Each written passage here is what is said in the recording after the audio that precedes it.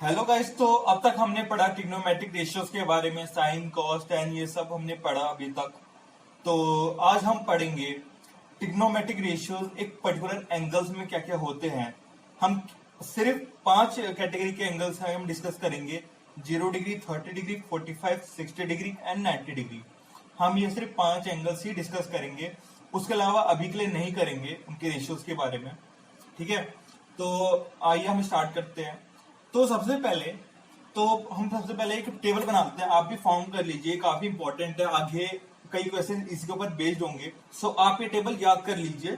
तो और मैं आपको एक शॉर्टकट मेथड भी मतलब बताऊंगा इसको याद करने का। तो पहले टेबल क्या है वो जान लेते हैं। तो सबसे पहले ऐसे कॉलम बनाइए। 5 कॉलम होने चाहिए, 1 2 3 4 5। तो ये 5 कॉलम हमने बना लिए, ठीक है। और इनफैक्ट सॉरी 6 कॉलम बना दीजिए। 6 कॉलम हमने बना दिए। यहाँ पे एंगल ए आएगा और यहाँ पे जितने भी एंगल्स है 0 डिग्री, 30 डिग्री, 45 डिग्री और 60 डिग्री और यहाँ पे 90 डिग्री। तो हम इन 5 एंगल्स के बारे में हम डिस्कस करेंगे। अब सबसे पहले साइन ए, ये सारे एक्चुअली एंगल्स है, मतलब ए की वैल्यूज है। तो हम सबसे पहले साइन ए देखेंगे। साइन ए है क्या? 0 डिग्री पे मतलब साइन 0 ही होता है, ठीक है। साइन 30 1/2, 45 1/√2, साइन 60 क्या होता है? √3/2 और 90 पे क्या होता है? 1। मैं आपको ये याद करवाऊंगा, ठीक है ना। मैं कैसे याद करना है वो करवाऊंगा। तो कॉस ये इतना याद रखना कि साइन के बिल्कुल उल्टा होता है, मतलब कि इन एंगल्स में बिल्कुल उल्टा होता है। मतलब जैसे अगर कॉस 0 निकालना है तो मतलब सबसे पहले यहां से लिखिए 1 होता है। कॉस 30 मतलब कि √3/2, कॉस 45 1/√2, ये साइन 45 के इक्वल ही होता है, ठीक है। 30 भी क्या होता है? 1/2 और 90 भी क्या होता है? 0, ठीक है। ये हो गया साइन और कॉस। अब बारी क्या आती है? टेन की। अब टेन ए 0 पे, अब टेन होता क्या हमारे पास? साइन अपॉन कॉस हमने पढ़ा। टेन क्या होता है? Sine upon cos. Tan theta is equal to sine theta upon cos theta. तो अब दिस डिवाइड बाय दिस, मतलब 0/1 0, 1/2 अपॉन √3/2 1/√3, 1/√2 अपॉन 1/√2 1, √3/2 अपॉन 1/2 √3, और यहाँ पे 1/0 डिफाइंड ही नहीं होता, तो हम इसको ऐसे लिख देते हैं नॉट डिफाइंड, एनडी, ठीक है, नॉट डिफाइंड। तो अब अगला देखते हैं, अगला कौन सा हो गया? हम लेते हैं सीकेंड ए या सेक ए, ठीक है। अब सेक क्या होता है? कॉस का उल्टा होता है। अब 1 का उल्टा क्या हो गया? 1 ही हो गया। 2/√3 का उल्टा, मतलब सॉरी √3/2 का उल्टा 2/√3, 1/√2 का उल्टा √2, इसका उल्टा 2, और ये यहाँ पे देखना वापस क्या आएगा?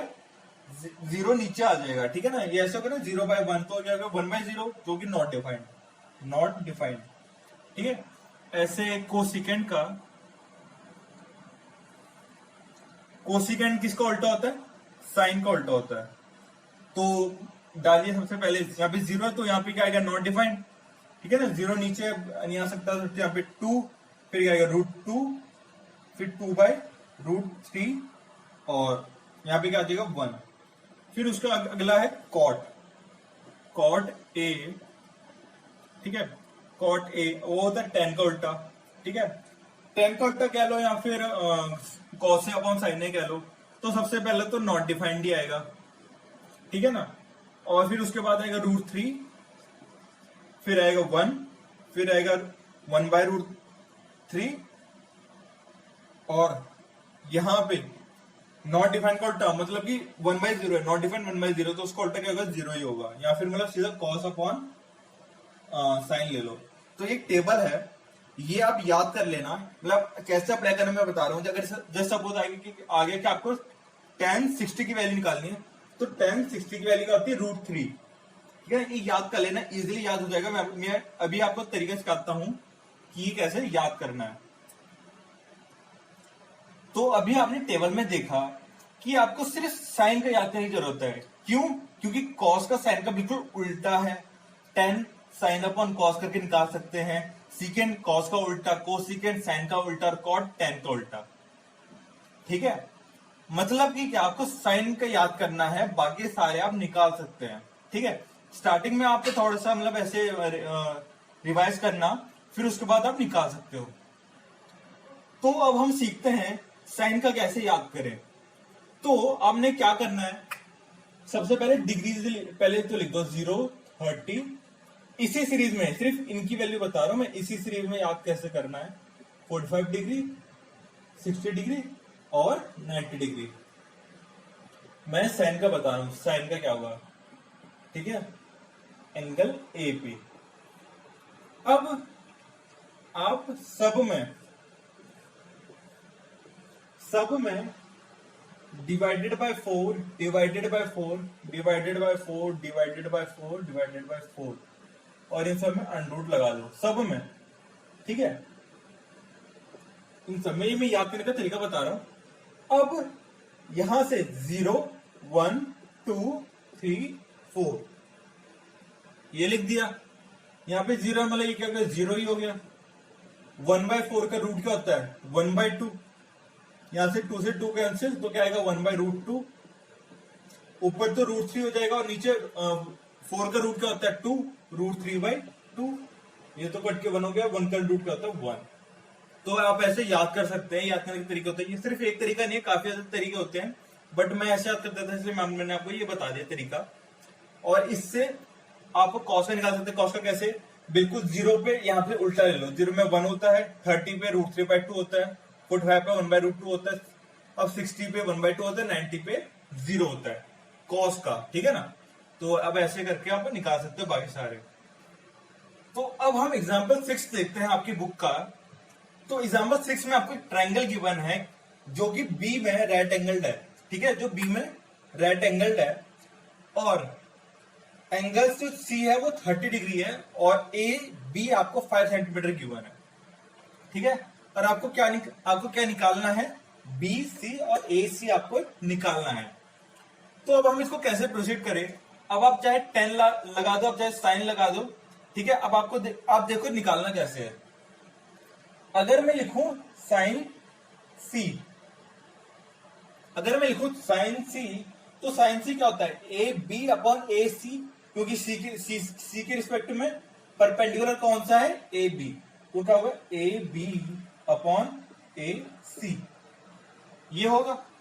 अब सी क्या दे रखा आपको 30 डिग्री, तो साइन 30 डिग्री, और ए बी क्या दे रखा 5, और एसी का दे रखा, आपको एसी निकालना है। ठीक है, तो अब आप वो टेबल रिकॉल करके साइन 30 बताइए क्या होगा, 1/2। तो 1/2 इज इक्वल टू 5/AC। अब यहां से AC की वैल्यू निकाल सकते हो, कैसे, क्रॉस मल्टीप्लीकेशन। तो AC आ गया आपके पास 10। AC अगर आपके पास 10 आ गया, ये 10 सेंटीमीटर आ गया, तो अब BC निकाल सकते हो। BC आप दो तरीके से निकाल सकते हो, या तो पाइथागोरस थ्योरम लगा के थर्ड साइड निकाल दो, या फिर दूसरा क्या तरीका, आप 10C जब लिखोगे तो क्या होगा, AB अपॉन BC। क्यों, क्योंकि परपेंडिकुलर अपॉन बेस होता है, तो AB अपॉन BC।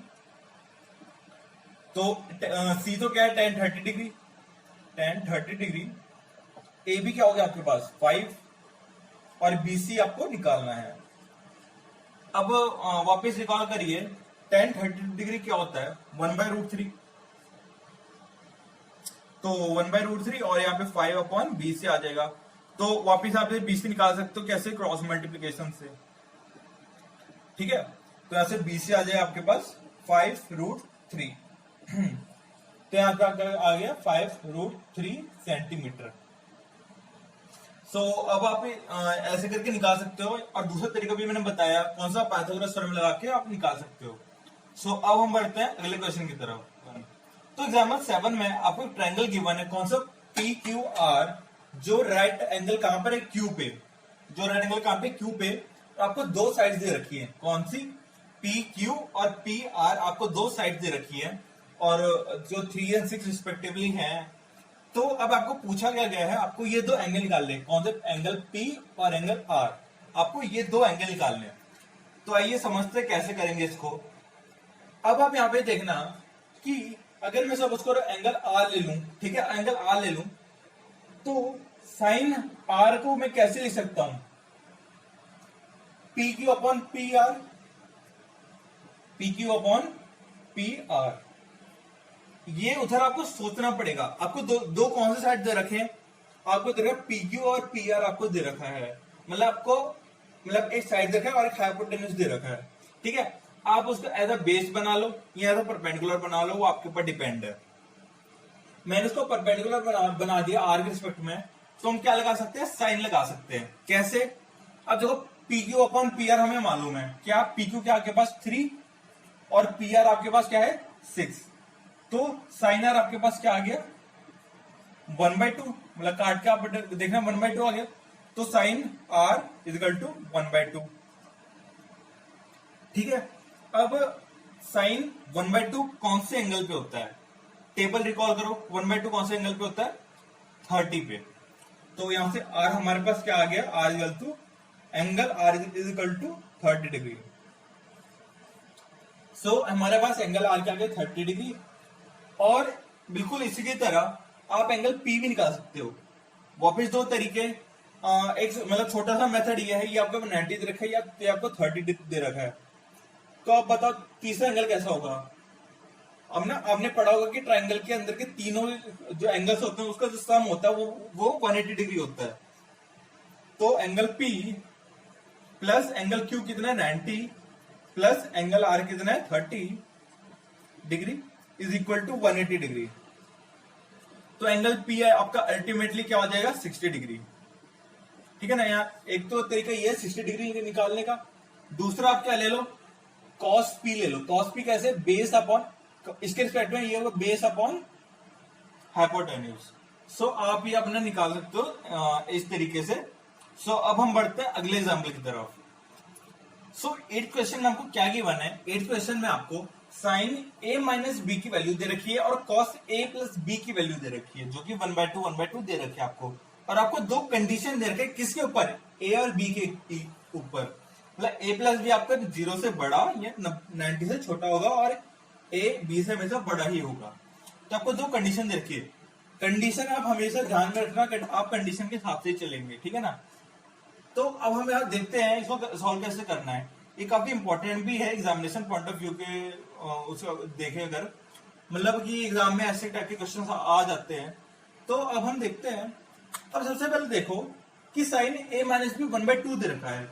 अब साइन 1/2 होता कब है, साइन 1/2 कब होता है 30 डिग्री पे। तो यहां से हम सीधा लिख सकते हैं a minus B is equal to 30 degree, a minus B is equal to 30 degree. और वैसे cos 1/2 कब होता है, cos होता है 60 डिग्री पे, मतलब यहां से हम सीधा कह सकते हैं cos a plus B is equal to 60 degree, मतलब cos जो a प्लस बी है वो 60 डिग्री है, ठीक है ना। एक चीज का इसमें बड़े अच्छे से ध्यान रखना, कई लोग गलती कर देते हैं, जैसे अगर मैं ऐसे लिखूं साइन a माइनस बी और साइन 1/2 क्या होता है साइन 30 डिग्री। कभी भी कई लोग क्या करते हैं कि साइन से साइन काट देते हैं, ये चीज गलत है, क्योंकि मैंने आपको पहले ही लेक्चर में समझाया था कि ये मल्टीप्लिकेशन में नहीं होता, ये मल्टीप्लिकेशन में नहीं होता, ये हम एज फंक्शन डिफाइन करते हैं, ठीक है ना। अभी बस ऐसे समझो कि मतलब या फिर आपने जो एग्जांपल कर थे एग्जांपल 2 आपका जो था वो क्या था आपके पास, अगर साइन बी और साइन ए अगर आपका इक्वल है तो angle B is equal to angle A, ठीक है ना। वैसे बी और क्यू पे था तो angle B is equal to angle Q, अगर आपके पास ये दे रखा है तो ये ऐसे इक्वल हो जाएगा एंगल। तो उस थ्योरम के इस्तेमाल करना, ना कि इसका कि साइन साइन काट दिया, ये गलत है। ये चीज सही है जो हमने जो सेकंड एग्जांपल में पढ़ा था, तो उसके मतलब वहां से मैंने ये दोनों चीजें निकाली है। अब इन दोनों को तो आपको सॉल्व करना आता ही है, कैसे, इन दोनों को प्लस कर दो तो ये तो कैंसिल आउट हो जाएंगे। अगर प्लस कर दिया हमने तो 2a is equal to 90 degree आ जाएगा, और a के आगे आपके पास 45 डिग्री। और यहाँ पे किसी एक क्वेश्चन में डाल के, सपोज करो मैंने इसी क्वेश्चन में डाल दिया, b आपके पास आ जाएगा 15 डिग्री। ठीक है ना, आप निकाल के देख लेना। और ये तो हमारे पास आ गया।